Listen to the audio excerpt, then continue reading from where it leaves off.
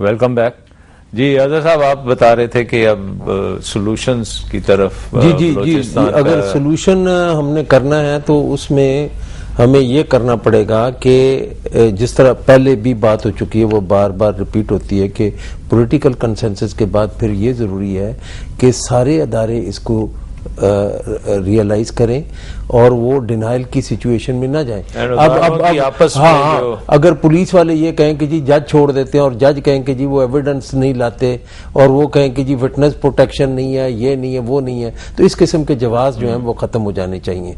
जो सीधी बात ये है कि सबको ये रियलाइज करते हुए कि ये हमारी सालमियत का मसला है, ये हमारी एग्जिस्टेंस का मसला है, ये एक कौमी मसला है और उसमें अगर कोई रिस्क है भी तो वो लेकर उसका बहादुराना तौर पे उसका दिलेराना फैसला किया जाए। ये जो आइसोलेटेड हम कहते हैं, ये कराची में ये हो रहा है, कोयटा में ये हो रहा है, खैबर पख्तूनख्वा में भी एक बहुत बड़ा फाटा में चल रहा है, फिर गिलगित बाल्टिस्तान में भी आग भड़क उठी है सेक्टेरियनिज्म की।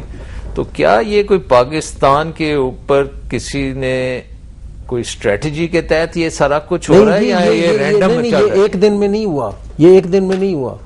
अनफॉर्चुनेटली हमारी पॉलिसी ये रही हुई है कि ब्रीडिंग ग्राउंड यहाँ पे बहुत ज्यादा रही है सेक्टेरियनिज्म की, और उसकी वजह यह कि इललेजिटिमेट गवर्नमेंट्स आती रही हैं, उन्होंने अपने आप को सस्टेन करने के लिए कॉन्स्टिट्यूएंसीज बनाई हैं और वो कॉन्स्टिट्यूएंसीज बनाने के लिए उन्होंने इस किस्म की चीजों को हवा दिया है जिससे क्या किसने की है, मतलब जो मैं इनका मतलब समझा ना, बिल्कुल दुरुस्त कह रहे हैं कि जब मिलिट्री रूलर्स आते हैं तो वो मेन स्ट्रीम पार्टीज को साइडलाइन करते हैं। बिल्कुल। और in order to perpetuate their rule वो फिर स्पेस मुहैया करते हैं इनको रिलीजियस पार्टीज को to get support of the people, क्योंकि उनकी थोड़ी बहुत सपोर्ट तो है कि when the space is provided to the religious people by the rulers और जो मेन स्ट्रीम पार्टीज है उनको आप साइडलाइन कर दिया या उनके लीडर्स को एग्जाइल में भेज दिया या उनको बैन लगा दिया या कुछ कर दिया, तो ये फिर आ जाते हैं गवर्नमेंट के अंदर, एमएमए की गवर्नमेंट बन गई, वहां की government. Once they come into power उसके बाद उनको वापस भेजना इनके लिए वो they themselves become a genie out of the border, ये हो जाता। बट ये जो पाकिस्तान के बारे में कॉन्स्पिरेसी थियरीज चलती रहती हैं कि जी पाकिस्तान को तोड़ दो तो फिर इंडिया भी खुश हो जाएगा और अमेरिका भी खुश हो जाएगा और फलाना भी खुश हो जाएगा, उसमें कोई हकीकत है या ये सारे हमारी इमेजिनेशन है? देखिए जी, इसमें मैं ये समझता हूँ, पहली बात तो ये है कि कंस्पिरेसी थ्योरीज तो अपनी जगह पे मौजूद है।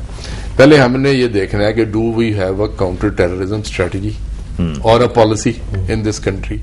अगर आप मुझसे पूछें तो my answer is no. We have ISI, we have IB, we have police departments, we have so many other law enforcement agencies. They have wealth of information. They are doing wonderful job in their own spheres. वो कर रहे हैं, but there is no agency or no overseeing mechanism जिसके तहत इनकी efforts को coordinate किया जाए। आप ISI से पूछ लें कि काउंटर टेररिज्म या टेररिज्म की क्या पिक्चर है और उनकी picture will be sea of difference from the picture given by somebody else. तो ये ऑर्गेनाइजेशनल वीकनेस है। हाँ, हमारी कोई नेशनल पिक्चर है ही नहीं हमारे पास। तो उसी सिलसिले में एक अदारा बना था, उस पर तारिक साहब बाद में बता सकेंगे, नेक्टा का एक अदारा बना था और उसका मकसद ये था। क्या NACTA stands for? National counter terrorism authority. अच्छा, अथॉरिटी थी जी। वो एक बना था और उसका मकसद ये था कि तमाम जो इंटेलिजेंस एजेंसीज हैं और पुलिस डिपार्टमेंट्स हैं, एक पहले तो एक नेशनल पॉलिसी वजह करे और उस नेशनल पॉलिसी के ऊपर हर एक को उसका काम टास्किंग की जाए और फिर उसमें से फीडबैक उनको लिया जाए और हर एक की एक कंसोलिडेटेड चीज हो एक के पास।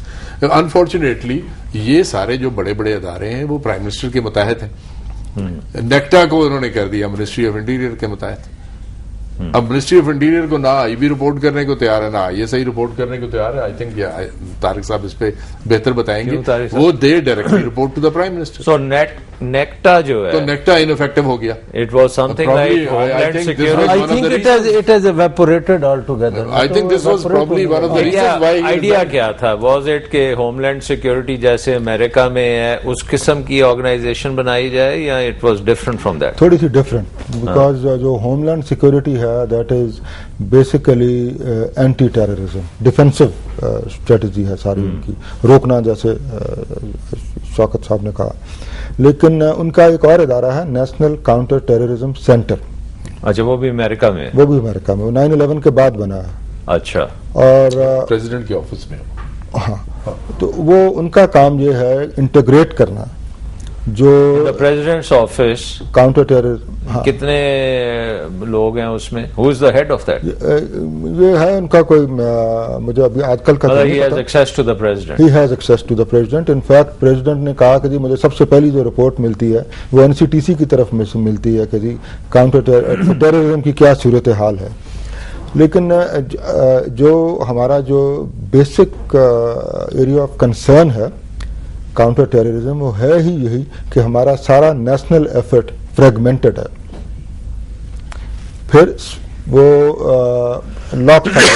स्पोरेडिक है, आपको भी ख्याल आया कि ये कर लें जी, 3 महीने वो कर ही लिए, उसके बाद there is nobody to follow up. तो जो नेशनल काउंटर टेररिज्म अथॉरिटी का जो कॉन्सेप्ट था वो ये था कि एक सस्टेन्ड बेसिस पे एक इदारा हो जो इंटीग्रेट करे और ऑर्केस्ट्रेट पावर्स उसके पास हो to get information from all the intelligence agencies provinces. और उसका अगर काउंटर कोई एक्शन लेना है तो वो भी उसके नहीं, वो नहीं था।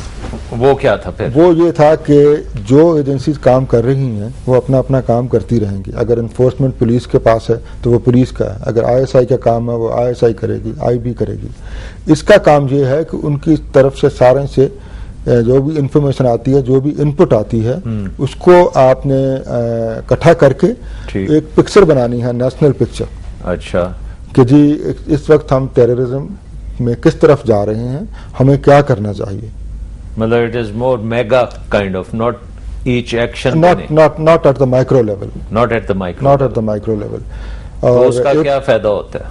उसका ये फायदा होता है कि जैसे अभी कहा गया कि एफर्ट तो हो रहा है पाकिस्तान में, पुलिस डिपार्टमेंट जो हैं वो अपने अपने ये वीकनेसेस पॉइंट आउट करेगी और उन वीकनेसेस को फिर आप ठीक करेंगे। You can say that, but अभी I think it's basically about putting the jigsaw puzzle together, pieces जो हैं उनके। अभी एक इंफॉर्मेशन है जो सिंध के पास है, दूसरी जो है पंजाब के पास है, तीसरी जो है फ्रंटियर के केवीके के पास है, बलूचिस्तान के पास है। इस वक्त कोई ऐसा इदारा नहीं है जो कि उन सबको इकट्ठा करे, कोलेट करे। अगर आईएसआई है तो उनके अपने रिप्रेजेंटेटिव्स हैं, अगर आईबी है तो उनके अपने रिप्रेजेंटेटिव्स हैं। So each organization has a silo in which they are operating. जी बिल्कुल। वो आपस में अगर ये मसलन बन्नू का जो जेल ब्रेक हुआ है, do you think it should have happened? Maybe not, because NACTA would have depended on the intelligence fed to it. आपने तो उन्होंने कोई नहीं इकट्ठा करना।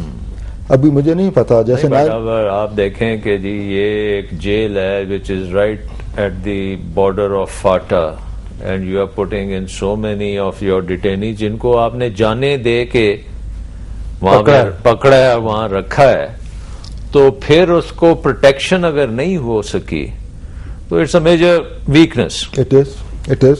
तो ये तो आज की बात नहीं है ना, ये तो कई महीनों से प्लानिंग हो रही होगी कि कैसे इनको निकालो और ये करो और वो करो। इसमें थोड़ी सी कतई कलामी होगी आपकी। ये असल में बहुत सारी अदारों में, मैं नहीं कह सकता कि किस हद तक, बहुत सारे अदारों में इनग्रेस भी है, बजाय इसके कि इनग्रेस दूसरा जिस तरह के आपने देखा कि मेहरान गेट हुआ या इसके अलावा GH एयरबेस पे हुआ, या इस तरह ये infiltration from the other side, from the other. हालांकि दूसरा हिसाब होना चाहिए कि वो जो है ना लॉ एनफोर्समेंट एजेंसीज को वहां पे इनग्रेस करके। तो ऐसा कोई इदारा नहीं है जो वॉच करे कि कितनी इन्फिल्ट्रेशन हमारे इदारों में हुई है और उसको असल में अदारे सारे क्रॉस पर्पस काम करते हैं, कोई अपनी इंफॉर्मेशन क्रेडिट के पीछे दूसरे के साथ शेयर करने को तैयार नहीं है।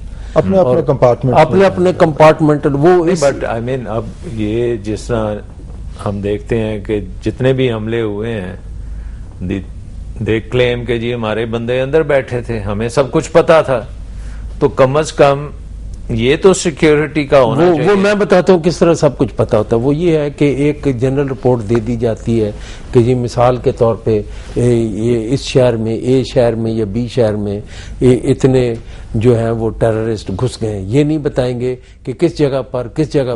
अगर वो हो गया, अगर वाकया हो गया तो उन्होंने कह दिया जी कि देखिए जी हमें तो पता था, हमने पहले बताया वो था। जाली है मामला। वहाँ वो उसमें ये भी इम्कान है, इसको रद्द नहीं किया दो बातें हैं। एक तो ये है कि हमारा जो सिस्टम है, I think we should accept it, हमारा जो सिस्टम है ऑफ स्क्रीनिंग पीपल और keeping an eye on people, जो कि एक रेगुलर बेसिस पे होना चाहिए कि हमारे जो काम कर रहे हैं इदारों में लोग, उनकी सिक्योरिटी वेटिंग होनी चाहिए पीरियडिकली, एक दफा Which would have come to NECTA कि नेक्टा वो रूल्स बनाए और नेक्टा ही फिर मॉनिटर भी करे। हमें नेक्टा ने उनको कहना था कि जी ये आप करें, आप अपने जो सिक्योरिटी का, फॉर एग्जांपल अगर ये पता चलता है, ये बन्नू का वाकया हुआ, इसके बेसिस पे NACTA would have learned certain lessons कि जी ये हमारे लेसन्स हैं एंड इसको आप इनको इम्प्लीमेंट करें, फॉलो अप बट करें। नेक्टा shouldn't it have preempted this thing? मैंने वो जैसे कहा ना, जैसे मतलब अब 10वां साल चल रहा है इस पर्टिकुलरली फाटा में, तो अभी तक तो हमें पूरे अपने सिस्टम्स परफेक्ट कर लेने चाहिए ना। हत्ता कि आपका टेररिस्ट कहता है कि मुझे पता था कि किस जगह पे है, मेरे पास नक्शे थे, मैंने टाइम लगाया, 1 घंटे में काम करना था, ये सारी चीजें, तो वेयर इज द स्टेट? नहीं, उसमें ये होता है कि kindly keep this thing in mind कि जो टेररिस्ट ऑर्गेनाइजेशंस हैं वो बहुत ही क्लैंडस्टाइन तरीके से काम करती हैं, उनका सेल सिस्टम होता है, ये नहीं होता कि सारों के सामने डिस्कशन होती है, बड़े लिमिटेड लोग होते हैं जिनको पता होता है क्या करना है क्या नहीं करना है, तो इट इज वेरी बट हमारी इनग्रेस है उनमें? है, बिल्कुल है, हमारी भी है और उनकी भी है इनग्रेस, मैं ये ऐड करूंगा। कई जो अटैक्स हैं वो प्रीएम्प्ट हुए हैं पहले, बड़े कितने, what do you think, what percentage pre-empt हो रही है इस वक्त? Good percentage? I think so. इसीलिए कराची में भी प्रीएम्प्ट होते हैं, प्रियम्प्ट तो होता है, पंजाब में भी होते हैं। इसीलिए पहले वो कम पकड़ हो लेते गया। हैं। बट ये जब होता है तो वो बड़ा इस्लामाबाद में भी स्पेक्टेकुलर होता है। वो कहते हैं ना कि जो काउंटर टेररिज्म ऑफिसर होता है वो he is like a goal keeper, वो जितने मर्जी गोल बचा ले वो किसी को याद वो नहीं उसके रहता, क्रेडिट जो में गोल नहीं आते। हो जाता है वो याद रहता है। हाँ, तो इसलिए नेक्टा का जो बेसिक रोल था ना वो ये था to keep the counter terrorism strategy on track, और गवर्नमेंट को बताते रहे कि जी ये आपने स्ट्रेटजी बनाई थी, इस तरफ हम जा रहे हैं या नहीं जा रहे हैं। और अगर आप अमेरिकन देखें उनकी स्ट्रेटजी या ब्रिटिश, तो वो तो मॉनिटर करते हैं ग्रुप्स को कि कौन सा ग्रुप है जो रेडिकलाइज हो चुका है या होने वाला है, कौन सा लीडर है जो इनको आगे लेके चल रहा है।